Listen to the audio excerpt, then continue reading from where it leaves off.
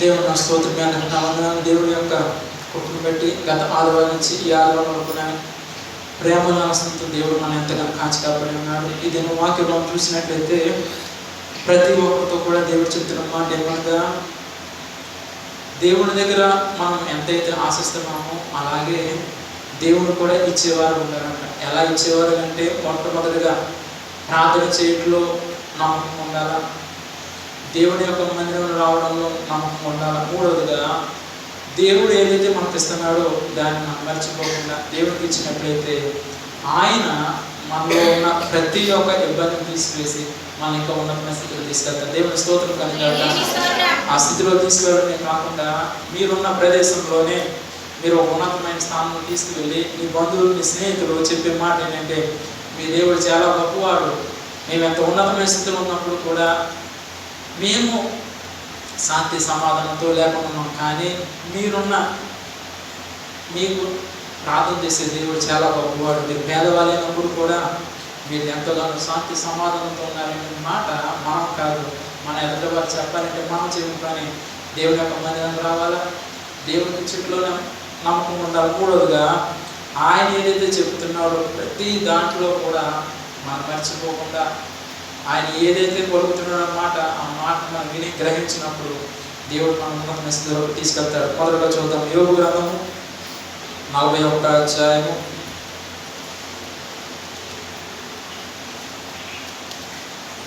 11వ వచనం చూద్దాం.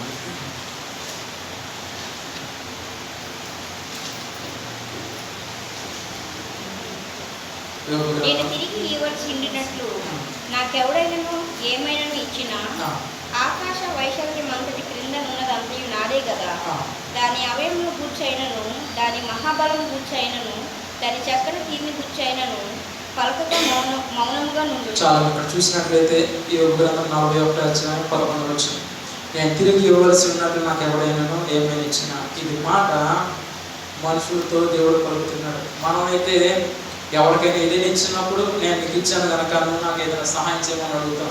కానీ ఇక్కడ దేవుడు ఏమంటున్నాడంటే, మనం ఎంతగానో ఆశ కలిగి నా దేవుడు నా పట్ల కార్యం చేస్తాడు, నా దేవుడు ప్రతి నిమిషం కూడా నా కుటుంబాన్ని, నా జీవితంలో ఏ ఒక్క ఇబ్బంది వచ్చినప్పుడు కూడా దేవుడు తోడు ఉంటాడని ప్రార్థన చేసిన వాడిని దేవుడు గొప్పగా దీవిస్తాడు.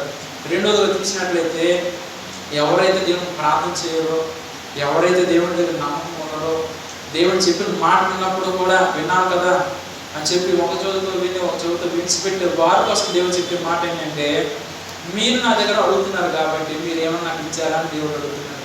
నేను అర్థమైన లోతైన అర్థం ఏంటంటే, మనం ఎక్కడికైనా ప్రయాణం అయినప్పుడు, ట్రైన్ ఎక్కాలన్నా, బస్సు ఎక్కాలన్నా, చివరికి విమానం ఎక్కాలన్నప్పుడు కూడా టికెట్ లేనిదే ఎవరు కూడా లోపల రానివ్వరు. ఎందుచేతంటే ఆ టికెట్ ఉంటేనే మనం లోపల రాణిస్తారు. అదే రీతిగా దేవుని దగ్గర ప్రార్థన చేసే ప్రతి ఒక్క బిడ్డ కూడా తెలుసుకోవాల్సిన విషయం ఏంటంటే, మనం ఎప్పుడైతే దేవుడికి ఇచ్చే వారుగా ఉంటున్నామో దేవుడు కూడా అనే మాట ఏంటంటే, నా బిడ్డ, నా కుమారుడా, నువ్వు నాకు ఇస్తున్నావు కనుక ప్రతి దాంట్లో కూడా నీకు ఎంతైతే కావాలని సమృద్ధి కావడానికి సిద్ధంగా ఉన్నాను దేవుడు చెప్తున్నాడు. దేవుని స్తోత్రం కనుక. తర్వాత ఎవరైతే దేవుని మాట వినకుండా ఉంటారో, ఎవరైతే దేవునికి లోబడకుండా ఉంటారో, ఎవరైతే దేవునికి ఇష్టకరంగా లేకుండా వారికి నచ్చిన రీతిగా జీవించి కష్టం వచ్చినప్పుడు, బాధ వచ్చినప్పుడు, దేవుడి దగ్గరికి వచ్చినప్పుడు కూడా దేవుడు క్షమిస్తాడు. కానీ వారితో దేవుడు మొట్టమొదటిగా చెప్పే మాట ఏంటంటే, బాబు నువ్వు నన్ను అడుగుతున్నావు కనుక నువ్వు నాకు ఏమి ఇచ్చావా అని అడుగుతున్నావు. అదే మాట ఆ కాలంలో దేవుడు వారితో మాట్లాడాడు. ఈ దినాన దేవుడు అంటున్న మాట ఏంటంటే, మనము ఎప్పుడైనా ఈ లోకంలో ఉన్నంత కాలమున యేసయ్య మనం అదే మాట మనం అడిగినట్లయితే మనం ఏం జవాబు చెప్తాం? ఎందుకు చెప్పలేమంటే, ఆయన పరలోకంలో ఉన్నాడు, మనము భూమి మీద ఉన్నాం. మరలా దేవుడు చెప్పే మాట ఏంటంటే, మనుషులతో మాట్లాడినట్టుగా మన దేవుడితో మాట్లాడకూడదు, అలాగే దైవ సేవను కూడా మళ్ళీ మాట్లాడకూడదు. ఎందుకు చేతంటే, మనిషికి మాట్లాడడానికి భూమి మీద చక్కగా ఫోన్లు ఉన్నాయి, ఇంటి దగ్గర కూర్చొని మాట్లాడుకోవచ్చు, బంధువుల దగ్గరికి వెళ్ళి మాట్లాడవచ్చు. కానీ దేవుడు చెప్తున్న మాట ఏంటంటే, ఎవరైతే హృదయపూర్వకంగా దేవుడి దగ్గర ప్రార్థన చేస్తారో, ఎవరైతే దేవుడి దగ్గర విధేయత కలిగి లోబడి ఉంటారో వారితో చెప్పే మాట ఏంటంటే, మనం ఈ లోకంలో ఉన్నంత కాలము కూడా సెల్ ఫోన్ లేకపోతే పర్లేదు. ఎందుకంటే సెల్ ఫోన్ ఉంటే పర్లేదు, కానీ ఆ సెల్లో రీఛార్జ్ లేకపోయినా, అందులో నెట్ బ్యాలెన్స్ లేకపోయినా, ఇప్పుడు ఇంకా కొత్త మోడల్ ఏమొచ్చిందంటే నెట్ బ్యాలెన్స్ లేకుండా పర్లేదు, పక్కన వైఫై ఆన్ చేస్తే వాడి దాంట్లో తీసుకుని వాడేసుకొని సిద్ధం ఉన్నారు. కానీ దేవుడు ఏమంటాడంటే వైఫై వాడేసుకోవచ్చు, కానీ దేవుడు ఇచ్చే దీవెన, దేవుడు ఇచ్చే ఆశీర్వాదము పక్కన వాడు చక్కగా ప్రార్థన చేస్తూ ఒక ఉన్నతమైన స్థానంలో ఉన్నప్పుడు వాడి దగ్గర ఉన్నా కదా, వాడిది నేను వైఫైలో వాడుకుందాం అనుకుంటే మనకేమి కూడా అందదు. ఎందుచేతంటే ఎవరి ప్రార్థన వారిని దీవిస్తుంది, ఎవరి యొక్క మంచి ప్రవర్తన వారిని కాపాడుతుంది. అంతేగాని నా తండ్రి నా తల్లి ప్రార్థన చేస్తున్నారు కనుక నేను అదే రీతిగా ప్రార్థన చేసినట్లయితే నేను అదే దీన్ని పొందుతానని నమ్మకం కలిగి ఉన్నప్పుడు దేవుడు మా బహుగా దీవిస్తాడు. అలా కాకుండా నా తల్లి తండ్రి చక్కగా ఉన్నారు, నేను ఎలా జీవించినా పర్లేదు, నేను ఎలా జీవించినప్పుడు కూడా నా తల్లిదండ్రులు ఏమంటలేదు కదా అనుకోవచ్చు. కానీ ఒక దినం రాబోతుంది తల్లిదండ్రులు విడిచిపెట్టినప్పుడు కూడా పర్వతరాజున దేవుడు అన్న నా కుమారుడా నువ్వేం చేస్తున్నావు అని చెప్పి మనం అడిగినప్పుడు ఏ సమాధానం చెప్పాలో తెలియదు. కనుక భూమి మీద ఉన్నప్పుడే మనం చేయవలసిన మొట్టమొదటి పని ఏంటంటే దేవుడు ఏమంటున్నాడు, నేను ఏదన్నా ఇవ్వాల్సినది ఉన్నట్లయితే నేను ఇవ్వడానికి సిద్ధంగా ఉన్నాను, కానీ దానికన్నా ముందుగా నువ్వు నాకు ఏమిచ్చావని అడుగుతున్నాడు. మరలా దేవుడు చెప్తున్నాడు, ఈ లోకంలో అనేకమైన మనుషులు ఉన్నారు, అనేకమైన భాషలో మాట్లాడే వారు ఉన్నారు, అనేకమైన తెగల వారు ఉన్నారు, కానీ ప్రతి ఒక్కరితో కూడా దేవుడు చెప్పే మొట్టమొదటి మాట ఏంటంటే ఎవరైతే నాకు మాట వింటూ దాన్ని లోబడుతున్నారో వారి దేవుడు విడిచిపెట్టినాడు. దేవుని స్తోత్రం కనుక విడిచిపెట్టడమే కాకుండా వారితో దేవుడు మొట్టమొదటిగా చెప్పే మాట ఏంటంటే దైవ సేవకుడు దేవుడు చెప్తున్న మాట, మనం ఎప్పుడైతే దేవుని యొక్క మాట వింటున్నామో, ఎప్పుడు దేవునికి లోబడుతున్నామో, ఎలాంటి భయంకరమైన కష్టం వచ్చినా, ఎలాంటి భయంకరమైన ఇబ్బంది వచ్చినప్పుడు కూడా ప్రతి దాని నుంచి కూడా దేవుడు విడుదల చేయడం దేవుడు సిద్ధంగా ఉన్నాడు. డాక్టర్ దగ్గరికి వెళ్ళినప్పుడు డాక్టర్ ఏం చేస్తాడంటే చక్కగా వైద్యం చేసినట్లయితే మనకున్న నీరసం అంతా కూడా తగ్గుతుంది. అదే కానీ డాక్టర్ దగ్గరికి వెళ్ళి వాడు ఇచ్చిన మందులు తీసుకొని ఇంటికి వచ్చిన తర్వాత వేసుకోకపోతే తగ్గదు, కానీ ఇంకా పెరుగుతుంది. మళ్ళీ డాక్టర్ దగ్గరికి వెళ్ళినప్పుడు డాక్టర్ గారు అడుగుతారు, అమ్మా నేను ఇచ్చాను కదా మందులు, మరి ఆ మందులు పనిచేయలేదు కాబట్టి ఇంకా నేను పవర్ అనేది ఇస్తాను కాబట్టి అది వేసుకుంటే నీకు చాలా ఇబ్బంది అవుతుందమ్మా అన్నప్పుడు మొట్టమొదటి వారు చెప్పవలసింది ఏంటి, బాబు మీరు ఇచ్చేది మాత్రలు కానీ అది వేసుకోలేదని చెప్పి ఎలాగైతే చెప్తామో చెప్పినప్పుడు వాడు ఏం చేస్తాడంటే ఇప్పుడు వరకు మానేస్తారు కనుక మళ్ళా వాడిని చెప్తారు. అలాగే దేవుడు అన్న మాట ఏంటంటే నీలో ఉన్న ఒక ప్రతి తప్పును కూడా సరిచేయడానికి దేవుడు సిద్ధంగా ఉన్నాడు. దేవుడు స్తోత్రం కనుక వైద్యుడి దగ్గరికి వెళ్ళినప్పుడు వైద్యుడు మనకు మందు ఇస్తాడు. అలాగే దేవుడు కూడా చెప్పే మాట ఏంటంటే ఈ లోకంలో ఎంతమంది అయినప్పుడు కూడా మన బంధువులు మన స్నేహితులు ఎవరైనా చివరికి కుటుంబ సభ్యులు కూడా మనం విడిచిపెట్టినప్పుడు కూడా ప్రతి ఒక్కరితో కూడా దేవుడు చెప్పేది మొట్టమొదటి మాట ఏంటంటే నేను ప్రేమిస్తున్నాను, నీకు ఏదైతే కావాలో అది అంతే కూడా ఇవ్వడానికి సిద్ధంగా ఉన్నాను దేవుడు చెప్పింది. దేవుడు స్తోత్రం కనుక అవన్నీ ఇచ్చిన తర్వాత మనం చెప్పే పని ఏంటంటే దేవుడు నాకు అన్ని ఇచ్చున్నాడు అని చెప్పి దేవుని పక్కన పెట్టి మనకు నచ్చిన రీతికి మనం జీవించినట్లయితే ఒక రోజున మందు వేసుకోలేనప్పుడు డాక్టర్ గారి దగ్గర వెళ్ళినప్పుడు తిరిగి ఆయన ఎలాగైతే అడుగుతాడో దేవుడు కూడా అడుగుతాడు, బాబు నేను ప్రతి దీవుని ఇచ్చున్నాను, ఆశీర్వాదం ఇచ్చున్నాను, కానీ అవన్నీ కూడా తీసుకున్నావు, అవి తీసుకోకముందుగా కన్నీరు కాచుకుని ప్రార్థన చేస్తావు, ఆ ప్రార్థన విన్ని నేను నిన్ను ఏ ఒక్క ఇబ్బంది నుంచి కూడా ఇబ్బంది పడకుండా నేను బయటకు తీసుకొచ్చిన, కానీ నువ్వు ఇదేనా ఇచ్చిన దీవులన్నీ కూడా మర్చిపోయి మరలా నువ్వు నీకు నచ్చినదిగా జీవిస్తున్నావు, ఎందుకు జీవిస్తున్నావని దేవుడు ప్రతి ఒక్కరు కూడా అడగడానికి సిద్ధంగా ఉన్నాడు. కానీ మనం చేయవలసిన మొట్టమొదటి పని ఏంటంటే నా దేవా నేను చేస్తున్న ప్రార్థన నీ దగ్గర అందుతుందా లేదా, లేకపోతే తిరిగి మరలా నా దగ్గరికి వస్తుందా లేదా అని చెప్పేసి మన దేవుడి దగ్గర ప్రార్థించాలి. దేవుని స్తోత్రం కనుక మరలా దేవుడి వాక్యంలో 11వ వచనంలో మనం చూసాం, నేను తిరిగి వచ్చి ఇవ్వాల్సినవి ఉన్నట్లు నాకు ఎవడైనా ఏమైనా ఇచ్చినా ఆకాశ వైసరం అతడి క్రింద ఉన్నదంతా నాదే కదా. మరలా దేవుడు ఏమన్నాడంటే మనుషులు చెప్పే మొట్టమొదటి మాట ధనం ఉన్నప్పుడు మంచి మంచి ఇల్లు కొనుక్కుంటారు, వస్త్రాలు కొనుక్కుంటారు, వాహనాలు కొనుక్కుంటారు, అన్నీ ఉన్నప్పుడు వారు చెప్పే మాట ఏంటంటే ఇవన్నీ నావే కదా అనుకుంటారు. కానీ దేవుడు ఏమంటాడంటే ఇవన్నీ నీ దగ్గర రాకముందుగా అదంతా కూడా దేవుని ద్వారా రూపింపబడింది, దేవుని ద్వారా వచ్చింది. దేవుని స్తోత్రం కలిగిన మళ్ళా దేవుడు చెప్పే మాట ఏంటంటే ఈ లోకంలో చిన్నవారు కావచ్చు, పెద్దవారు కావచ్చు, ఇంకా ముసలివారు కావచ్చు, ప్రతి ఒక్కరితో కూడా దేవుడు చెప్పే మాట ఏంటంటే మనం ఎప్పుడైతే ఒక చిన్న బిడ్డ నిన్న పుట్టిన బిడ్డకి ఏదైతే తెలియని రీతిగా ఉంటారో అడ్డి రీతిగా మన దేవుడి తిరిగి నా దేవుడు నా కోసం ప్రతి విషయంలో కూడా నాకు సహాయం చేస్తాడని మంచి మనసు కలిగి ఇంకా దేవుడు చెప్తున్నాడు, నిన్నటి వరకు కూడా లోకంలో తిరుగుతూ తప్పులు చేస్తూ పొరపాట్లు చేస్తూ నేను బాగా ఉన్నాను కదా అనుకున్న వారు కూడా దేవుడు సమయం ఇస్తాడని ఏంటంటే చిన్న బిడ్డకి ఎలాగైతే ఏదైతే తెలియదో అదే రీతిగా ఈ దినాన్ని ప్రతి ఒక్కరు కూడా దేవుడు క్షమించిన సిద్ధమైన దేవుని స్తోత్రం కనుక ఈ వారంలో కూడా మీరు దేవుని దగ్గర ప్రార్థన చేయగా దేవుడు చెప్పిన మాట ఏంటంటే చూడండి, భోజనం చేసే గిన్నె అందరికి కూడా తెలిసింది కదా. అదే రీతిగా నేను ఒక గిన్నెని చూస్తున్నాను. అది గిన్నె ఎలా ఉందంటే మంచి గిన్నె, కానీ చూడండి పిల్లలు ఆడతారు, రింగ్ ఆట ఆడతారు, ఎలాగే తీసుకుంటారో అదే రీతిగా ఆ పళ్ళెం అటు ఇటు ఇటు ఇటు ఇటు కదులుతుంది. ఏంటి నాయన ఇది కదులుతుందని దేవుడు ప్రార్థన చేసినప్పుడు దేవుడు చెప్పిన మాట ఏంటంటే, ఇప్పుడు వరకు కూడా భూమి మీద కరోనాలు చూస్తున్నారు, అనేక మంది నీరసాలు చూస్తున్నారు, బతికిన వారు బ్రతికున్నారు, చనిపోయినారు. దేవుని యొక్క కృప ద్వారా అనేక మంది దేవుని యొక్క ఆశీర్వాదం ద్వారా బ్రతికున్నారు. కానీ దేవుడు చెప్పిన మాట ఏంటంటే, ఆ పళ్ళెము ఎలాగైతే తిరుగుతుందో కొద్ది దినాల్లో నేను రాకముందుగా ఆకాశంలో ఏవైతే గ్రహాలు ఉన్నాయో దాని యొక్క స్థలం మారిపోయి అవి కూడా తిరగడానికి సిద్ధమని దేవుడు చెప్తున్నాడు. దేవుని స్తోత్రం కలుగాక. ఎందుచేత దేవుడు ఈ మాట చెప్తున్నాడంటే, మనుషులకు ఎంత చెప్పినప్పుడు కూడా వినకుండా వారికి తగ్గట్టుగా జీవిస్తూ వారికి నచ్చినట్టుగా జీవించవచ్చు. కానీ దేవుడు అంటున్న మాట ఏంటంటే, నీకు మంచి జరిగినప్పుడు దేవుడిని మర్చిపోయి నీకు కష్టం వచ్చినప్పుడు దేవుని వైపు తిరిగినట్లయితే దేవుడు మొట్టమొదట పలికే మాట ఏంటంటే, నా కుమారుడు నా కుమార్తె ఎంతకాలం నువ్వు దేవునికి దూరం ఉంటావు, ఎంతకాలం నువ్వు నాకు దూరం ఉంటావు అని చెప్పి దేవుడు తన గాయపడిన హస్తంతో మనం పిలుస్తున్నప్పుడు మనం చేసిన పని ఏంటంటే, నాయన నేను తప్పు చేస్తున్నాను క్షమించని ఎప్పుడైతే మనం ప్రార్థన చేస్తామో ఆ ప్రార్థన విన్న దేవుడు కొద్ది రోజుల కిందట క్రిస్మస్ చేసుకున్నాం, కొత్త సంవత్సరం చేసుకున్నాం. మళ్ళా కొత్త సంవత్సరం క్రిస్మస్ రావాలన్నా డిసెంబర్ రావాలా, 1వ తారీఖు రావాలా. కానీ దేవుడు ఏమన్నాడంటే, మీరు హృదయపూర్వకంగా మీలో ఉన్న ప్రతి ఒక్క తప్పుని సరి చేసుకుని 100% కూడా మీరు నన్ను ఆహ్వానించినట్లయితే క్రిస్మస్ పండుగ, న్యూ ఇయర్ ఆ 2 రోజులే కాదు కానీ ప్రతి దినము కూడా మనకు పండుగగా నేను చేయబోతున్నా. దేవుని స్తోత్రం కలుగాక. ఈ మాట వినేటప్పుడు దేవుడు చెప్పే మొట్టమొదటి మాట నేను ప్రార్థన చేస్తున్నాను, ఈ మాట మాట్లాడేటప్పుడు దేవుడు చూపిస్తున్న ఒక మాట ఏంటంటే, లోకంలో మనుషులు ఎంతోమంది ఉన్నారు, వారికి నచ్చిన రీతిగా వారు జీవిస్తున్నారు. కానీ దేవుడు అంటున్నాడు చివరిగా ఈ మొట్టమొదటి మాటలో దేవుడు అడుగుతున్న మాట ఏంటంటే, నేను కళ్ళు తెరిచి ఉన్నాను, దేవుడు నాకు చూపిస్తున్నాడు, మరలా నేను చూస్తున్నాను, 2 దేవదూతలను చూస్తున్నాను. ప్రియమైన దేవుని బిడ్డలారా, దేవుడు చెప్పే మాట మనం మర్చిపోకుండా హృదయపూర్వకంగా దాన్ని స్వీకరించినప్పుడు దేవుడు మనం బహుగా దీవిస్తారు. దేవుని స్తోత్రం కనుక. నేను చూస్తున్నాను, కళ్ళు తెరిచి చూస్తున్నాను, 2 దేవదూతలను చూస్తున్నాను. వారు చేసే పని ఏంటంటే, వారి చేతిలో ఒక చిన్న పళ్ళెం ఉంది.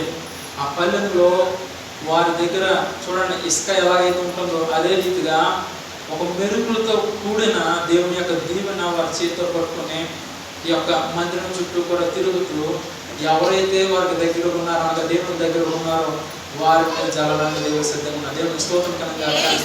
ఒకటే తీర్మానం, నా దేవుడు నాతో ఉన్నాడు, నాతో మాట్లాడడానికి దేవుడు సిద్ధంగా ఉన్నాడని చెప్పి చిన్నవారు కావచ్చు, పెద్దవారు కావచ్చు, ప్రతి ఒక్కరితో కూడా దేవుడు చెప్పే మాట ఏంటంటే, మొట్టమొదటిగా నేను వాక్యం చెప్తున్నాను కానీ దేవుడు చూపించే మాట ఏంటంటే, ఆ 2 దేవదూతలను చూస్తున్నాను. ఆ దేవదూతల చేతుల్లో ఉన్నది మొట్టమొదటిగా ఆ యొక్క మెరుపులు కలిగిన అది ఇసుకలా ఉంది, కానీ అది ఇసుక కాదు, దేవుని యొక్క ఆశీర్వాదం. ఎవరైతే కోరుకుంటున్నారో, ఎవరైతే పొందాలని ఆశపడుతున్నారో, ఎవరైతే ఇప్పుడు వరకు కూడా ఆ దీవెన ఆశీర్వాదం పొందలేదో వారికి దేవుడు పొందలా దేవుని ఇవ్వబడుతున్నారు. దేవుని స్తోత్రం కనుక. నేను మరలా చూస్తున్నాను, దేవుని యొక్క ప్రార్థన చేస్తూ చూస్తున్నాను. మొట్టమొదటిగా నేను 2 దేవతలు చూస్తున్నాను, వారి చేతిలో పల్లెల నుంచి వారి దీవెన ఆశీర్వాదాన్ని చూపిస్తున్నాను. నేను తర్వాత చూస్తున్నాను, ఈ వాక్య భాగం చెప్పేటప్పుడు దేవుడు అంటున్నాడు, నా కుమారుడా, ఎవరైతే ఈ వాక్య భాగం వింటున్నారో, ఎవరైతే నా దగ్గరగా ఉంటున్నారో అందరిలో వారి పట్ల నేను చేసే కార్యం ఎలాంటిదంటే, ఎంతైతే పేద స్థితిలో ఉన్నారో దానికంటే ఒక ఉన్నతమైన స్థితిలో దేవుడు తీసుకెళ్ళబోతుంది. దేవుడు చెప్తుంది. దేవుని స్తోత్రం కనుక.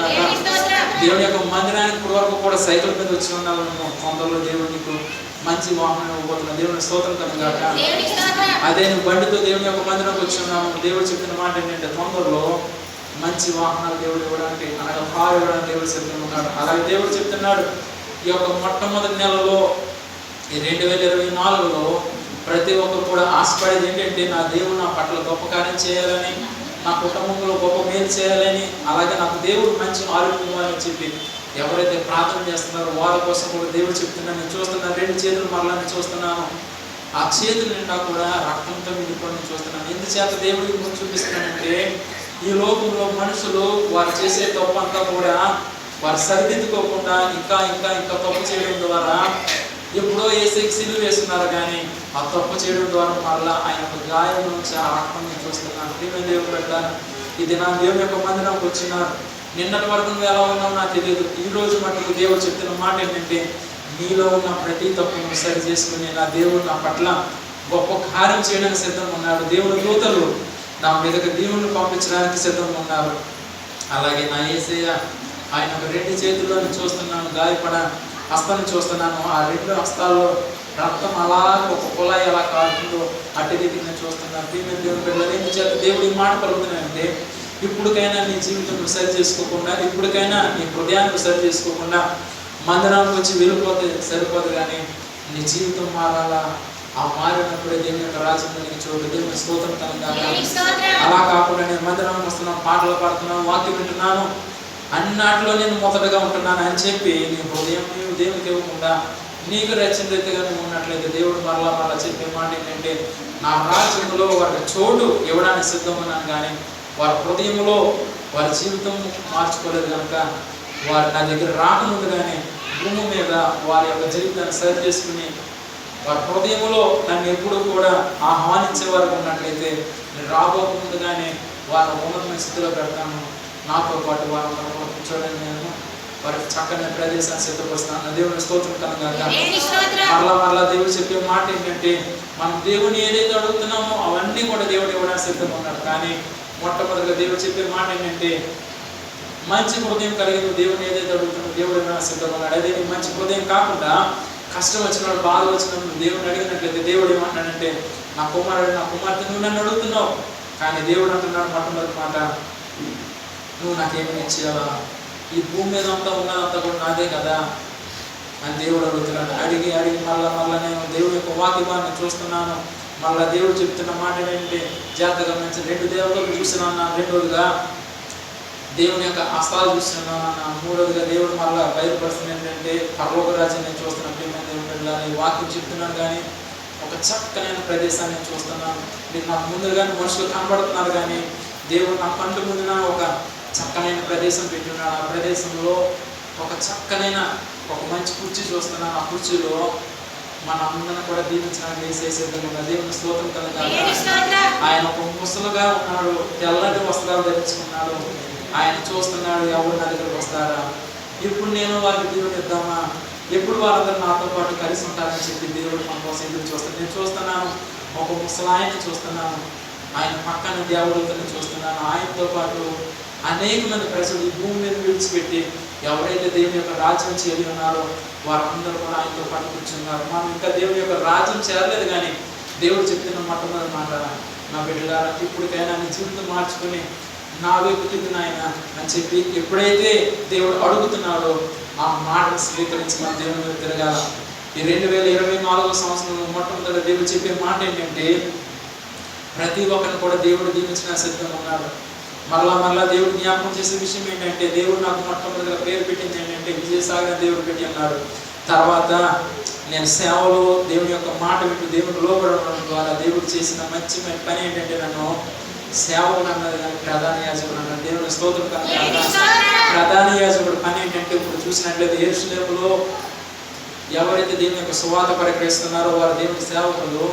ప్రధాన యాజకుడు పని ఏంటంటే, సంవత్సరానికి ఒకసారి వెళ్ళి దేవుని యొక్క మందిరాల్లో దేవుడు ఏదైతే మాట చెప్తున్నాడో దాన్ని విని గ్రహించి బయటకు వచ్చిన వారితో చెప్పాలి. అదే రీతిగా దేవుడు నన్ను వాడుకోబోతున్నాడు కనుక నా నోటు అంటే నేను పలకడం కాదు, కానీ దేవుడు నా నోటు అంటే ఏదైతే పలికిస్తున్నాడో ప్రతిదీ కూడా నెరవేరడానికి దేవుడు సిద్ధంగా ఉన్నాడు. దేవుని స్తోత్రం కలుగుగాక. నేను వాక్యం చెప్పడానికి నేను ముందుకు సాగుతున్నాను, కానీ పరిశుద్ధాత్మ దేవుడు చెప్పే మాట ఏంటంటే, ఈ దినాన నా బంధువులు వచ్చినా నా స్నేహితులు వచ్చినారు, ఈ దినాన దేవుని యొక్క మందిరం కూర్చుని నేను వారి ముఖాలు చూడలేదు, కానీ వారి కోసం కూడా దేవుడు చెప్తున్నాడు ఏంటంటే, కుటుంబంలో తెలియని రీతిగా నా తండ్రిని కోల్పోయి ఉన్నాం, అలాగే 2వదిగా మా పెద్దనాన్నగారిని కూడా మేము కోల్పోయి ఉన్నాం. నాకైతే ఏడుపు వస్తుంది, కానీ వారు కూడా అదే ఇబ్బంది ఉన్నారు. కానీ దేవుడు చెప్తున్న మాట ఏంటంటే, కొద్ది దినాల్లో మీకు తెలియని రీతిగా మిమ్మల్ని ఉన్నతమైన స్థానంలో పెడతాను. దేవుని స్తోత్రం కలుగుగాక. తండ్రి దేవుని యొక్క రాజ్యం చేయడం ఉన్నాడు. అలాగే నా కుటుంబంలో మా 2వ పెద్దనాన్నగారు చనిపోయి ఉన్నారు, కానీ నాకైతే తల్లి ఉన్నది, తండ్రి లేదని ఎంతైతే నేను బాధపడుతున్నామో, నా తమ్ముళ్ళు 2 కూడా వారు కూడా చిన్నవాళ్ళే, నేను కొంచెం వయసులో పెద్దవచ్చు, కానీ వారు ఎంత ఏడుస్తున్నా నాకు తెలియదు, కానీ దేవుడు ఇది నాన్న చెప్తున్న మాట ఏంటంటే, నీ తండ్రి ఎంతైతే దేవుని దగ్గర ప్రార్థన చేస్తున్నాడు, పొద్దు దినాల్లో నీ కుటుంబం ఎంతమంది అయితే ఉన్నారో వారిని విడిచిపెట్టకుండా వారిని ఒక ఉన్నతమైన స్థానంలో పెడతాను. దేవుని స్తోత్రం కలుగుతాను. ఒకరు కాదు, ఇద్దరు కాదు, ఎంతమంది అయితే ఉన్నారో వాళ్ళందరినీ కూడా దేవుడు దీవించిపోతున్నారు. మీరు ఎలాగైతే దేవుని దగ్గర దీవించబడుతున్నారో వారిని కూడా దేవుడు దీవించడానికి దేవుడు సిద్ధంగా ఉన్నాడు. మళ్ళా దేవుడు చెప్పే మాట ఏంటంటే, ఈ భూమి మీద మనుషులు శాశ్వతం కాదు, కొద్ది దినాలు ఉంటారు, తిరిగి దేవుని రాజ్యం చేస్తారు. కానీ దేవుడు చెప్పే మాట ఏంటంటే, ఈ దినాన దేవుని యొక్క వాక్యం వినడానికి, సేవకుడు ఏం చెప్తారని చెప్పి వినడానికి ఈ దినాలు వచ్చి ఉన్నారు. కుటుంబంతో కూడా వారితో కూడా దేవుడు చెప్పే మాట ఏంటంటే, దిగులు పడద్దు, భయపడద్దు, ప్రతి విషయంలో కూడా దేవుడు ఉన్నతమైన స్థాయిలో పెట్టబోతున్నారు. ఇప్పుడున్న స్థాయి కాదు, రెండింతలు కాదు, మూడింతలు కాదు, 1000 దేవుడు దీవించబోతున్నారు. మీరు ఈ మందిరం విడిచిపెట్టకుండా కానీ వచ్చినప్పుడు మీరు ఎలా వచ్చినారో దేవుడు తెలుసు. కానీ తిరిగి వెళ్ళేటప్పుడు దేవుడు ఏమన్నాడంటే, నువ్వు బాధతో ఉన్నా, వేదనతో ఉన్నా, తిరిగి వెళ్ళేటప్పుడు నీ నోటి నిండా నవ్వును పెట్టి కొద్ది రోజుల్లోనే చిన్న బిడ్డల వరకు పెద్దవారి వరకు కూడా ఉన్నతమైన స్థితిలో పెడతా అన్నాడు. ఆ స్థితిలో పెట్టినప్పుడు దేవుడు చెప్పే మాట ఏంటంటే, నా తండ్రి లేడని, నా పెదనాన్నగారు లేరని జ్ఞాపకం ఉంటుంది, కానీ వారు లేని దేవుడు పంపులో తీర్చబోతున్నారు. దేవుని స్తోత్రం కలుగుతాక మన సంఘం కోసం దేవుడు చెప్పే మాట ఏంటంటే, ప్రియమైన దేవుని బిడ్డలారా, ఈ వాక్యమాన్ని నేను చదువుతున్నప్పుడు దేవుడు చెప్పే మాట ఏంటంటే, పంపులో రాబోతున్నాడు. మళ్ళా దేవుడు ఈ దినాన్న పరిశుద్ధాత్మ ద్వారా దేవుడు చెప్పబోతున్నాడు. 2 వారాల క్రితం దేవుడు చెప్పినాడు ఏంటంటే, ఒక భయంకరమైన భూకంపం రాబోతుంది. స్థలం చెప్పలేదు, కానీ ఆదివారం దేవుడు చెప్పినాడు, మరుసటి దినాన రాత్రి 12 గంటల సమయంలో జపాన్లో 7.3, 7.4 భయంకరమైన భూకంపం వచ్చింది. అనేక మంది చనిపోయినారు. ఈ దిన దేవుడు చెప్తున్నాడు, సమయం చెప్పట్లేదు, రోజు చెప్పట్లేదు, ఎవరైతే నా మాట వినకుండా దూరంగా పోతున్నారో భయంకరమైన భూకంపం రాబోతుందంట. అది ఇప్పుడు వరకు కూడా 7 వరకు చూస్తున్నారు. అది 7 కాదు, 9గా మారబోతుంది. 9 అంటే ఇంకా భూమి మీద ఎవరు కూడా మిగలరు. కానీ సేవకుడిగా దేవుడు ఈ మాట చెప్తున్నాడు పరలోక రాజ్యం నుంచి. మనం చేయని పని ఏంటంటే, 3కి 4కే మనుషులు తట్టుకోలేరు. 7 అంటే ఇంకా భయంకరం. ఇంకా 9 అంటే చూసినట్లయితే భయంకర విపత్తులో వారు ఎవరైతే ఉంటున్నారో వారి కోసము వ్యక్తిగతంగా ప్రతి ఒక్కరు కూడా మీరు ప్రార్థన చేయండి. మమ్మల్ని నువ్వు ఎంతగానో దీవించున్నావు, ఎంతగానో ఆశ్రమించున్నావు, మా వలే ఎవరైతే మీరు ప్రేమిస్తున్నారో వారిని తప్పించండి. ఇప్పుడు కూడా నీ మాట వినకుండా దూరంగా పోతున్నారో వారిని క్షమించి ఆ బాధను బయటకు తీసుకురామని మీరు మీకున్న సమయంలో దేవుడి దగ్గర ప్రార్థన చేసినట్లయితే ఆ బాధ నుంచి తప్పించిన దేవుడు ప్రతి ఒక్కరు కూడా దేవుడు దీవిస్తారు. దేవుని స్తోత్రం కలుగాక. ఈరోజుగా చూద్దాం 1 అధ్యాయం 17 పేజీ నంబర్ 359. నా దేవా, నీవు హృదయ పరిశోధన చేయుచు యథార్థవంతులు అందు ఇష్టపడుచున్నావని నేను ఎరుగుదును. నేనైతే యథార్థ హృదయం గలవాడినై ఇవన్నీ మనపూర్వకంగా ఇచ్చి ఉన్నాను. చాలా చూసినట్లయితే 29 అధ్యాయం 17. నా దేవా, నీ హృదయ పరిశోధన చేయొచ్చు యథార్థవంతుని యందు ఇష్టపడుచున్నామని ఎరుగుదును. నేనైతే యథార్థ హృదయం గలవాడిని ఇవన్నీ మనపూర్వకం తెచ్చి ఉన్నాను. ఇప్పుడు ఇక్కడ నుండి నీ జనులను నీకు మనపూర్వకం తెచ్చుట చూచి సంతోషించండి. ఇక్కడ జాగ్రత్తగా గమనించండి. 11వ వచనం కూడా నేను కొద్ది క్లుప్తంగా చదువుతాను. 9వ వచనం చూడండి, నేను చదువుతాను.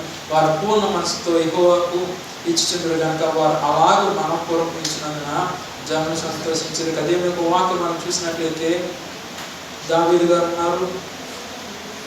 తన తండ్రి మొట్టమొదటి ఆలోచించింది ఏంటంటే, నన్ను ఒక ఉన్నతమైన స్థితిలో పెట్టున్నాడు కనుక నేను దేవుని యొక్క మందిరాన్ని కట్టించాలా, ఆ మందిరంలో ప్రతి ఒక్కరు కూడా సంతోషం నుండి దేవుని దగ్గర ప్రార్థన చేయాలని చెప్పి ఆయన దేవుని దగ్గర ఎంతగానో ప్రార్థన చేసినప్పుడు ఆ ప్రార్థన విన్న దేవుడు దావీదు గారిని దీవించున్నాడు. తర్వాత దానికి ఎంతో ఖర్చు అవుతుంది కనుక ఎవరైతే మనుషులు ఉన్నారో వారితో దేవుడు చెప్పమన్నాడు.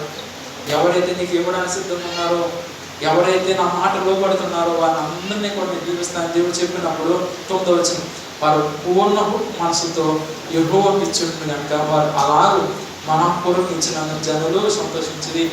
ఎవరైతే దేవునికి ఇవ్వడానికి సిద్ధంగా ఉన్నారో వారు దేవునికి ఇచ్చి ఉన్నారు.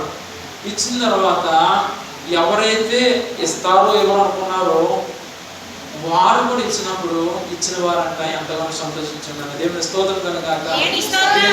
అర్థం ఏంటంటే, ఇది నా దేవుని మందిరాన్ని మందిరానికి వచ్చినప్పుడు ఎవరైతే దేవుని దగ్గర ప్రార్థన చేస్తూ దీవెన కావాలని, ఆశీర్వాదం కావాలని ఎవరైతే ఎదురు చూస్తున్నారో వారితో దేవుడు చెప్తున్న మాట ఏమనగా, వారు దేవునికి ఇచ్చడం ద్వారా ఎలాగైతే సంతోషించున్నారో సేవకుడి ద్వారా దేవుడు చెప్పే మొట్టమొదటి మాట ఏంటంటే, విధేయత కలిగి లోబడి ఎప్పుడైతే మనం ప్రార్థన చేస్తున్నామో ఆ ప్రార్థన దేవుడు మనం మర్చిపోకుండా ఒక ఉన్నతమైన స్థాయిలో దేవుడు తీసుకెళ్తాం. దేవుని స్తోత్రం కనుక ఆ స్థాయిలో దేవుడు తీసుకువెళ్ళినప్పుడు మనం ప్రార్థన చేస్తున్నాం, మన దేవుడు అభివృద్ధిలో తీసుకెళ్తాడు. మన పక్కన వాడు దీవించబడాలని మనం కోరుకుంటున్నాం, కానీ వాడు ప్రార్థన చేయలేరు. కానీ దేవుడు చేసే గొప్ప కార్యం ఏంటంటే, మనం చేసే ప్రార్థన ద్వారా మన పక్కవాడిని, బంధువుని, స్నేహితులు ఒక మనసు మార్చి మనం ఎంతైతే దేవుని పొందుతున్నామో వారు కూడా పొందడానికి దేవుడు సహాయం చేయబోతున్నారు. దేవుని స్తోత్రం కనుక వాక్యభావంలో దేవుడు చెప్పే మొట్టమొదటి మాట ఏంటంటే, మనం ఎంతైతే దేవుని దగ్గర ప్రార్థన చేస్తున్నామో ఆ ప్రార్థనలో దేవుడు అడుగుతున్నాడు, నీ కోసం నువ్వు చేసుకోవు కానీ నీతో పాటు ఉన్న బంధువుల కోసం కూడా చేసినట్లయితే నేను నిన్ను ఎంతైతే దీవిస్తున్నామో ప్రతి ఒక్కరు కూడా దేవుడు దీవిస్తాను. దేవుని స్తోత్రం కనుక. తర్వాత 11 వచనం, యెహోవా భూమి ఆకాశమందు సమస్తమును నీ వాసము, మహత్యమును, పరాక్రమము, ప్రభావమును, తేజస్సును దానితో నీకే చెందుచున్నవి. యెహోవా రాజ్యము నీది, నీవు అందరి మీదను నేను అధిపతిగా హెచ్చించున్నాను. ఇక్కడ వాక్యం చూసినట్లయితే దావీదు గారు ఎప్పుడైతే దేవుని యొక్క దీవెన పొంది ఉన్నారో, దేవుని యొక్క ఆశీర్వాదం పొంది ఉన్నారో, అనేక మంది ప్రజలు దేవుని యొక్క కానుక తీసుకొచ్చి మందిరం కట్టడానికి వారు తీసుకొచ్చినప్పుడు మొట్టమొదటిగా దావీదు గారి నోటంట పలికే మంచి మాట ఏంటంటే, భూమి ఆకాశం నందు సమస్తం నీ వశము. మేము ఎంత ఇచ్చినప్పుడు కూడా ఈ భూమి మీద ఉన్న ప్రతిది కూడా నీ చిత్తంలో నడుస్తుంది. వర్షం పడాలన్న దేవుడి చిత్తము, గాలి వేయాలన్న దేవుడి చిత్తము, అలాగే చలి వేయాలన్నా దేవుడి చిత్తం. అది మన చేతిలో లేదు, దేవుడి చేతిలో ఉందని చెప్పి దావీదు గారు అంటున్నారు. తర్వాత మహత్యము, పరాక్రమము, ప్రభావము, తేజస్సును దానితో నీకే చెందుతున్నవి. మహత్యం అనగా మనం ఎప్పుడైతే దేవుడి దగ్గర ప్రార్థన చేస్తున్నామో ఆయనలో ఉన్న గొప్పదాన్ని మనం చూడడానికి దేవుడు సాయం చేస్తున్నాడు. దేవుని స్తోత్రం కనుక. తర్వాత పరాక్రమము అనగా చూడండి, యుద్ధం చేసేవాడు ఏం చేయాలంటే ఎదటి వాడిని చూసి భయపడకూడదు, కానీ శత్రువుని ఎలా జయించాలని చెప్పి ముందుకు సాగిపోతూ ఉంటారు. అదే రీతిగా మనం ఎప్పుడైతే దేవుడి దగ్గర ప్రార్థన చేస్తున్నామో మన దేవుడు మనకు ఏదైతే శత్రువు అనే వాడు వచ్చి మనం బాధ పెట్టాలనుకున్నప్పుడు కూడా ఆయన మనం ముందుగా ఒక సైనికుడి నుండి ఒక బలంతో, శక్తితో మనం నింపి ప్రతి ఒక్క బాధ నుంచి దేవుడు విడుదల చేస్తున్నాడు. దేవుని స్తోత్రం కలుగాక. విడుదల చేసి ఆయన ఏమంటున్నాడు, ప్రభావం, ఘనతను, తేజస్సును నీకే చెందిన. ప్రభావం అనగా ఆయనలో ఉన్న గొప్పతనము. మనం ప్రార్థన చేయగా ప్రతి ఒక్కరు కూడా చెప్పే మాట ఏంటంటే, దైవ సేవకులను ప్రార్థన చేసినప్పుడు దేవుని యొక్క వెలుగును చూస్తున్నా, దేవుని యొక్క తేజస్సును చూసినా అని చెప్తారు. అందుకే దేవుడు చెప్తున్న మాట భక్తుల ద్వారా ఎవరైతే హృదయపూర్వకంగా ప్రార్థన చేస్తారో వారందరూ ఉన్నట్టు మంచి మాట పలకవలసింది ఏంటంటే, తండ్రి నేను ఎంతో ఉన్నతమైన స్థితిలో ఉన్నప్పుడు కూడా ఇదంతా నీదే కనుక నీ చిత్తము, నీ ఏర్పాటు నువ్వు ఏం చేయాలనుకుంటున్నావు అది చేయని ఆయన. ఎప్పుడైతే దావీదు వల్ల మన దేవుడి దగ్గర ఎప్పుడైతే ప్రార్థన చేస్తామో ప్రతి దాంట్లో నుంచి కూడా దేవుడు మనం బయటికి తీసుకువచ్చి మనం ఉన్నతమైన స్థితిలో పెడతాం. దేవుడి స్తోత్రం కనుక. పెట్టిన తర్వాత 13 వచనం, మా దేవ మేము నీ కృతజ్ఞత స్తుతులు చెల్లించున్నాము, ప్రభావం గల నీ నామమును కొనియాడుచున్నాము. ఎప్పుడైతే దేవుని యొక్క దీవెన పొందుతున్నావో, ఎప్పుడైతే దేవుని యొక్క ఆశీర్వాదం పొందుతున్నామో మనం చేయడం పని ఏంటంటే దేవుడు చెప్పే ప్రతి విషయం కూడా మర్చిపోకుండా ప్రతి విషయాన్ని కూడా జ్ఞాపకం చేసుకుంటూ నా దేవుడు నన్ను కొడుతున్నాడు, నా దేవుడు నన్ను స్వస్థపరుస్తున్నాడు, ప్రతి ఇబ్బంది నుంచి కూడా నా దేవుడు నన్ను విడుదల చేస్తున్నాడని చెప్పి దేవుడి దగ్గర ప్రార్థన చేసేవారు ఉండాలి. కానీ దేవుడు 2 అడుగులు వేస్తున్నప్పుడు మనం 3-4 అడుగులు వెనక వేసినట్లయితే ఎంతైతే దేవుడు ఇచ్చాడో అంత స్పీడ్గా దేవుడు తీసేసుకుంటాడు. ఆ విషయం మనకు తెలియదు. మరలా కష్టం వచ్చినప్పుడు దేవుని యొక్క పాదాలు పట్టుకున్నట్లయితే దేవుడు ఏమంటాడంటే, మొట్టమొదట ఆయన పలికే మాట, దేవుడు క్షమించగలే దేవుడు, కానీ మనం మారతామా లేదని చెప్పి దేవుడు మనం పరీక్షించి పలికే మాట ఏంటంటే, బాబు నేను దీవించడానికి సిద్ధంగా ఉన్నాను, కానీ నువ్వు ఎందుచేత నా దీవుని తీసుకుని నువ్వు నాకు దూరంగా పోతున్నావు అని దేవుడు అడిగినప్పుడు మనం చెప్పవలసిన సమాధానం ఏంటంటే, తండ్రి నేను చేసిన వరకు కూడా తప్పే, నన్ను క్షమించి మొదట నేను ఎంతైతే ఆనందంతో ఉన్నానో అదే సంతోషంతో నన్ను పెట్టినాయని చెప్పి ఎప్పుడైతే మనం ప్రార్థన చేస్తామో ఆ ప్రార్థన విన్న దేవుడు తప్పు చేసినప్పుడు కూడా తప్పు సరిదిద్ది మరలా ఉన్న స్థితిలో పెడతాడు. దేవుడు స్తోత్రం కనుక.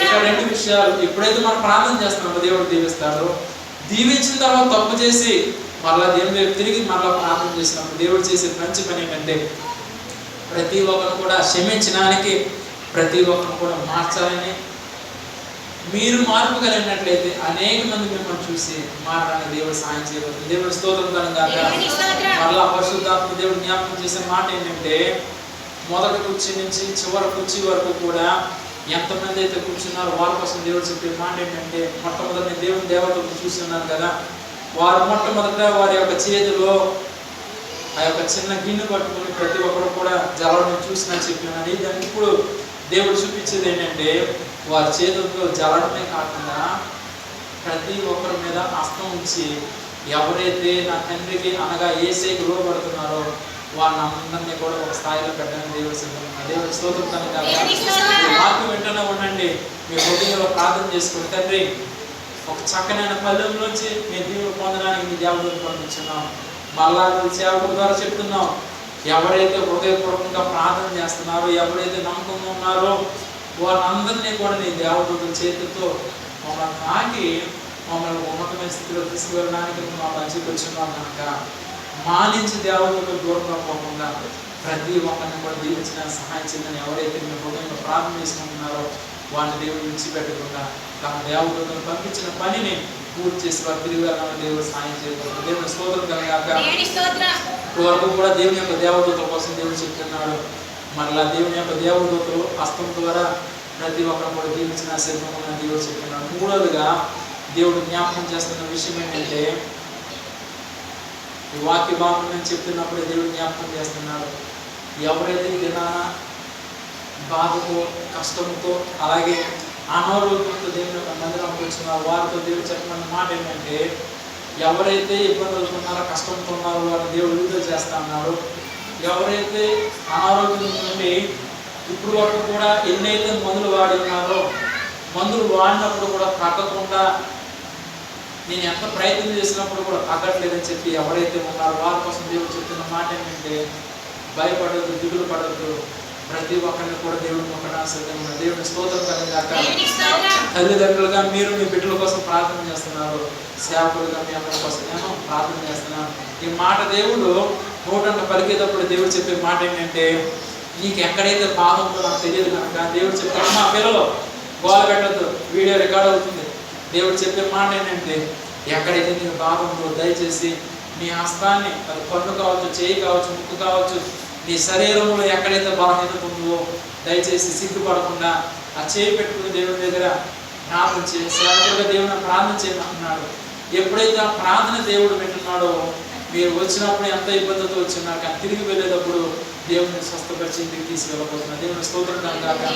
నేను చిన్న ప్రార్థన చేస్తాను. ఎవరికైతే బాధ ఉందో దయచేసి మీ యొక్క హస్తాన్ని తీసుకువెళ్ళేది ఏ ప్రదేశమైనా పర్లేదు, అది మీ చెయ్యి తీసుకుని మీ యొక్క బాధ నిమిత్తం అది కన్ను కావచ్చు, అని మీకోసం కన్ను కావచ్చు, ఏదైనా కావచ్చు, ఆ చేయి తీసుకుని మీరు ఆ ప్రదేశంలో పెట్టండి. దేవుడు చెప్పిన మాట ప్రకారం ప్రార్థన చేస్తున్నాం కనుక దేవుడు మిమ్మల్ని కూడా స్వస్థపరచబోతున్నాడు. ప్రార్థన చేస్తున్నాం.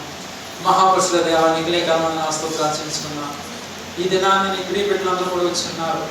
వారికి ఉన్న ప్రతి ఒక్క ఇబ్బంది ఇస్తాన్ని ప్రభు మీరు విడుదల చేస్తానని చెప్పినారు. అలాగే ఎవరికైతే ఇప్పటి వరకు కూడా అనేక మంది మందులు వాడి స్వస్థత లేదని చెప్పి ఎంతైతే బాధపడుతున్నారో వారి కోసం నేను ప్రార్థన చేసినగా నీ గాయపడ హస్తంకి ఇప్పుడే ఈ సమయంలోనే వారిని ముట్టండి. అది భూమి సమస్య కావచ్చు, ఊపిరితిత్తుల సమస్య కావచ్చు, కన్ను సమస్య కావచ్చు, కిడ్నీ సమస్య కావచ్చు, అన్నిటి నుంచి 6 కాళ్ళ వరకు కూడా దాన్ని ప్రతి ఒక్కరిని ముట్టని స్వస్థపరచండి.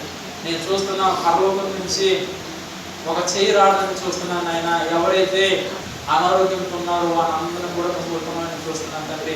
ఎవరికైతే ఇబ్బంది ఉందో, ఎవరికైతే కష్టం ఉందో, ఎవరికైతే బాధ ఉందో దయచేసి వాడు విడుదల చేయడానికి నువ్వు ముందుకు వచ్చినావు కనుక తండ్రి ప్రభావ వారందరూ కూడా స్వస్థపడడానికి మంచి ఆరోగ్యంతో మళ్ళా వారు చేసుకునే పనిలో ముందుకు సాగిపోవడానికి సహాయం చేయడం ప్రార్థన చేస్తున్నాను తండ్రి. ఇప్పుడు చెప్పినట్టుగా నేను ప్రార్థన చేస్తున్నాను. ఎవరైతే ఈ దినాన ఆ హస్తం పెట్టుకుని దేవుని దగ్గర ప్రార్థన చేస్తున్నా వారి కోసం దేవుడు చెప్పిన మాట ఏంటంటే దేవుని దగ్గర దిగులు పడద్దు, భయపడద్దు. ఇప్పుడు వరకు నువ్వు ఎన్నైతే మందులు వాడి ఉన్నావో ఆ మందుల కంటే దేవుని యొక్క హస్తం ముట్టబడుతుంది, స్వస్థపడుతుంది. అలాగే దేవుడు చెప్తున్న మంచి మాట ఏంటంటే నీ కడుపులో బాధ ఉన్నదేమో దేవుడు చెప్తున్నాడు, దయచేసి ఆ కడుపు మీద కూడా చేయి పెట్టుకుని దేవుడు చెప్తున్నాడు ఎవరికే ఇబ్బంది ఉన్నా, ఎవరికే కష్టం ఉన్నా, ఎలాంటి సమస్య ఉన్నప్పుడు కూడా దేవుడు ప్రతి ఒక్కరిని కూడా విడుదల చేయడానికి సిద్ధంగా ఉన్నాడు. దేవుని స్తోత్రం కనుక నాకు ప్రేమ దేవుని బిడ్డలు కళ్ళు తెరబట్టి దేవుడు చెప్పిన మాట ఏంటంటే, నేను ప్రార్థన చేయొచ్చు కానీ దేవుడు మళ్ళీ నేను చూస్తున్నాను, ఒక ఆస్తం నేను చూస్తున్నాను. ఎవరికైతే దిగులుతున్నారో, ఎవరికైతే బాధతున్నారో, వారి శరీరంలో ఎక్కడ స్వస్థత కలగాలని దేవుని దగ్గర ప్రార్థన చేస్తున్నారో వారిని కూడా ఒక ఆస్తం చూస్తున్నాను. ప్రతి ఒక్కరిని కూడా దేవుని స్తోత్రం కలిగాక వైద్యుడి దగ్గర వెళ్ళి మందులు వాడినప్పుడు కూడా తాకలేని భయంకరమైన నీరసాన్ని కూడా దేవుడి దినాన్న తగ్గించడానికి సిద్ధంగా ఉన్నాడు కనుక ఒకటే ప్రార్థన, నా దేవా నువ్వు సేవకుడు దాన్ని చెప్తున్నావు, ఏదైతే మాట చెప్తున్నావు దాన్ని నమ్మి నేను ప్రార్థన చేస్తున్నాను కనుక ఆ ప్రార్థనలో నేను ఏకీపించున్నాను. ఆ ఏకీపించడం ద్వారా నాలో ఉన్న ప్రతి ఒక్క నీరసాన్ని, అనారోగ్యం పుట్టినందుకు స్వస్థపరిచినది మొన్నని చెప్పి ఎవరైతే దేవుని తిరిగి ప్రార్థన చేస్తున్నారో వారిని దేవుడు గొప్పగా దీవించిపోతున్నారు. దేవుని స్తోత్రం కనుక మరలా దేవుడు చెప్పే మాట ఏంటంటే, నీ కుటుంబంలో దిగులు ఉందా, బాధ ఉందా, మరలా దేవుడు జ్ఞాపకం చేస్తున్నాడు. దిగులు పడద్దు, భయపడద్దు. తొందరలో దేవుడు చెప్పే మాట ఏంటంటే, ఆయన రాకముందుగా మిమ్మల్ని అందరూ కూడా దేవుడు దీవించిపోతున్నాడు. సేవకుడిగా దేవుడు ముందు రోజున చెప్పి ఉన్నాడు ఏమనంటే, ప్రత్యేకమైన స్థానము దేవుని యొక్క రాజ్యంలో మొట్టమొదటిగా దేవుడిని తీసుకెళ్ళాలని చెప్పి ఉన్నాను. రెండవదిగా ఎవరైతే దేవుని యొక్క మందిరం ఉంటారో, ఎవరైతే దేవుడు వారి కోసం నేను ప్రార్థన చేస్తానో వాళ్ళందరినీ కూడా దేవుని యొక్క రాజ్యం ఇస్తా ఉన్నాడు. ఇది నాన్న వచ్చి మీతో దేవుడు మళ్ళా చెప్పేది ఏంటంటే, ఎప్పుడు దేవుడు వస్తారో తెలియదు కానీ మీరు అందరూ కూడా దేవుని యొక్క రాజ్యంలో పోతున్నారు. దేవుని స్తోత్రం కనుక దేవుని యొక్క రాజ్యం అంటే ఏదో సింపుల్గా వచ్చేది కాదు. అదంతా కూడా దేవుని కృప ద్వారా దేవుని దగ్గర గోజాడి ప్రార్థన చేసే సేవకుడుగానే ఉన్నాను కనుక మొట్టమొదటి దేవుడు నాతో మాట్లాడుతున్నాడు. నేను చక్కనైన ప్రదేశాన్ని సంపాదించుకున్నాను. మళ్ళా నేను దేవుని దగ్గర ఒకటే ప్రార్థన చేస్తున్నాను, తండ్రి నా ఒక్కరితో కాదు ప్రతి ఒక్కరు కూడా నీ యొక్క రాజ్యంలో ఉండాలని చెప్పినప్పుడు మొట్టమొదటిగా దేవుడు చేసిన మంచి కారణం ఏంటంటే, సంఘంలో ఎంతమంది ఉన్నారో వాళ్ళందరికీ కూడా చూపించిన దేవుని స్తోత్రం కనుక మీరు అనంతరం తర్వాత నేను ప్రార్థన చేస్తున్నాను, నా కుటుంబం కోసం ప్రార్థన చేస్తున్నాను, నా బంధువులు ఎంతమంది ఉన్నారు, నా స్నేహితులు ఎంతమంది ఉన్నారు, వారు కూడా నీ దగ్గర ప్రార్థన చేస్తున్నారు కనుక నా సంఘం ఎత్తబడినప్పుడు వారు కూడా ఎత్తబడాలని ప్రార్థన చేసినప్పుడు మీకు దేవుడు చోటు ఏర్పాటు చేస్తున్నారు. మీతో పాటు వారు కూడా కూర్చోడానికి దేవుడు సహాయం చేస్తున్నారు. దేవుని స్తోత్రం కనుక ఈ మాటలు ఎందుకు వస్తాయంటే, హృదయపూర్వకంగా ఇంకా దేవుడితో ఒక మంచి సమాధానం కలిగి నా దేవుడు నాతో ఉన్నాడు, నా కుటుంబంతో మాట్లాడబోతున్నాడు, నా తండ్రి నాతో మాట్లాడబోతున్నారని చెప్పి ఎవరైతే దేవుని దగ్గర విజ్ఞాపన కలిగి ప్రార్థన చేస్తున్నారో దేవుడు వాళ్ళు విడిచిపెట్టట్లేదు. మళ్ళా సేవకుడు ద్వారా దేవుడు పలికిన మంచి మాట ఏంటంటే, ప్రియమైన దేవుడు వెళ్ళదు, ఇది నా దేవుడు ఒక మందిరానికి వచ్చిన మీతో దేవుడు చెప్పే మాట ఏంటంటే, ఇది 2024లో 2023 కంట గొప్ప దీవులు ప్రతి ఒక్కరు కూడా పొందబోతున్నారు. దేవుని స్తోత్రం కనుక ముందు వారిని దేవుడు చెప్పి ఉన్నాడు. దేవుడు చేసిన కార్యాలు చెప్పడానికి సమయం ఏర్పడడం ద్వారా తోసుకుని వచ్చి ప్రతి ఒక్కరు మేము సాక్ష్యం చెప్తాం అనేది దేవుడు గత వారికి చెప్పి ఉన్నాడు. ఈ దినాన్ని దేవుడు చెప్పే మాట ఏంటంటే, దిగులు పడద్దు, భయపడద్దు. తొందరలో మీ జీవితంలో ఏదైతే జరగాలో అవన్నీ కూడా దేవుడు నెరవేర్చబోతున్నారు. అది స్థలం విషయం కావచ్చు, ఇల్లు విషయం కావచ్చు, బండి విషయం కావచ్చు, అనారోగ్య విషయం కావచ్చు, ప్రతి దాని నుంచి కూడా దేవుడు విడుదల చేయబోతున్నారు. 3వ వాక్యం చూద్దాం. సంఖ్యాకాండము 31వ అధ్యాయం 50వ వచనం చూద్దాం. Page number 139. కాబట్టి యెహోవా సన్నిధిని మా నిమిత్తము ప్రాయశ్చిత్తం కలిగినట్లు మేము మాలో ప్రతి మనుషునికి దొరికిన బంగారు నగలను, గొలుసులను, కడియములను, ఉంగరములను, పోగులను, పథకములను యెహోవా అర్పణంగా తెచ్చి ఉన్నామని చెప్పగా చూసినట్లయితే 31వ అధ్యాయం 50వ వచనం. కాబట్టి యెహోవా సన్నిధిని మా నిమిత్తం ప్రాయశ్చిత్తం కలిగినట్లు మేము మాలో ప్రతి మనుషులకు దొరికిన బంగారము, నగలను, గొలుసులను, కడియమును, ఉంగరమును, పోగులను, ఆ తాకములను యెహోవాకు అర్పణగా తెచ్చి ఉన్నామని చెప్పగా, ఇక్కడ దేవుని యొక్క వాక్య భాగంలో దేవుడు చెప్పిన మాట ఏంటంటే, ఆ కాలంలో కూడా దేవుడు మోషే గారితో దేవుడు చెప్తున్నాడు ఏంటంటే, ఎవరైతే నా మాట వింటున్నారో, ఎవరైతే లోపడుతున్నారో, ఎవరైతే ఒక ఉన్నతమైన స్థాయిలో ఉండాలని దేవుడు ప్రార్థన చేస్తున్నారు, వారి కోసం దేవుడు చెప్పే మాట ఏంటంటే, దిగులు పడద్దు, భయపడద్దు. తొందరలో మిమ్మల్ని ఒక స్థాయిలో పెట్టడానికి దేవుడు సిద్ధమన్నాడు. దేవుడు స్తోత్రం కనుక ఆ స్థాయి ఎలా ఉంటుందంటే, సైకిల్ మీద వచ్చిన వాడు బండి మీద రాబోతున్నాడు, బండి మీద వచ్చినాడు, కారు మీద రాబోతున్నాడు. కారు తర్వాత ఏముంది, ఇంకోసుకొని వేసుకోవాలి. దేవుని స్తోత్రం కలిగింది. అందుకే దేవుడు చెప్తున్న మాట ఏంటంటే దిగులు పడవద్దు, భయపడవద్దు. ఇక్కడ దేవుని యొక్క మాట వెనుక అక్కడ ఉన్న ప్రజలందరూ కూడా ఏం చేస్తున్నారు, దేవునికి విజ్ఞాపన అనగా అర్పణ తెచ్చినప్పుడు అవన్నీ కూడా సేవకుడైన మోషే గారు చూసినప్పుడు ఒకటే మాట పలుకుతున్నారు, నాయన నువ్వు ఏదైతే మాట పలికినావో అదంతా కూడా ప్రజలు చెప్పినప్పుడు దాన్ని పాటించి మళ్ళా నా దగ్గర తీసుకొచ్చినారు. దేవుడు దగ్గర మోషే గారు చెప్పిన ఈ దినాన సేవకుడిగా దేవుడు చెప్పిన మాట ఏంటంటే ఆ కాలంలో దేవుడు ఎంతైతే మనుషుల దగ్గరగా ఉండాలనుకున్నాడో అంతే దగ్గరగా ఉన్నాడు. ఈ దినాన కూడా మనుషులు దగ్గరగా ఉండాలని దేవుడు కోరుకున్నప్పుడు కూడా మనుషులు దేవుడు ఎక్కడ ఉంటే మనిషి అంత దూరం ఉంటాడు. కానీ దేవుడు ఏమన్నంటే ఇప్పుడు వరకు కూడా మన జీవిత కాలంలో ఎన్ని తప్పులు చేసినా, ఎన్ని పొరపాట్లు చేసినా అవన్నీ కూడా పక్కన పెట్టి ఒకటే ప్రార్థన, నాయన నువ్వు నన్ను దీవించడానికి నా మధ్యలోకి వచ్చున్నావు, నన్ను ఆశీర్వదించడానికి నువ్వు నా మధ్యలోకి వచ్చినావు కనుక ఇక మీదట నువ్వు నా దగ్గర నుంచి పోకుండా నేను ఎల్లప్పుడూ కూడా నీకు లోబడే కుమార్తెగా ఉండడానికి నాకు సహాయం చేయమని చెప్పి ఎప్పుడైతే ప్రార్థన చేస్తున్నామో ఆ దినాన్న మోషే దగ్గరికి వారు అర్పణ తెచ్చినారు. ఈ దిన దేవుడు పలికే మంచి మాట ఏంటంటే నీ హృదయంలో దేవునికి చోటు ఇవ్వాలి, కానీ ఈ లోకంకి చోటు ఇవ్వకుండా నీకు మంచి హృదయం కలిగి దేవుని యొక్క మందిరానికి వచ్చినప్పుడు సేవకుడుగా నేను ఆనందిస్తాను, పరలోక రాసేటప్పుడు దేవుడు ఆనందించబోతున్నాడు. ఈ వాక్యం ముగించే ముందుగా దేవుడు చెప్పే మాట ఏంటంటే ప్రతి విషయంలో కూడా మనం తగ్గించుకుని నా దేవుడు నా పట్ల గొప్ప కార్యాలు చేస్తాడు, నా కుటుంబం పట్ల గొప్ప కార్యాలు చేస్తాడు, నా జీవితంలో నేను చూడలేని కార్యాలు దేవుడు చేయబోతున్నాడని చెప్పి ఎవరైతే నన్ను ప్రార్థన చేస్తున్నారో ఆ ప్రార్థన దేవుడు ఎవరిని కూడా విడిచిపెట్టకుండా దేవుడు ప్రతి ఒక్కరు కూడా దీవించబోతున్నాడు. చివరిగా దేవుడు ఒకటే మాట పలుకుపోతున్నాడు ఏంటంటే సేవకుడుగా దేవుడు నాకు ఇచ్చిన మంచి వరం ఏంటంటే నా నోటి ద్వారా ఏదైతే పలుకు పడుతుందో అది నెరవేర్చడానికి దేవుడు సిద్ధస్తున్నాడు.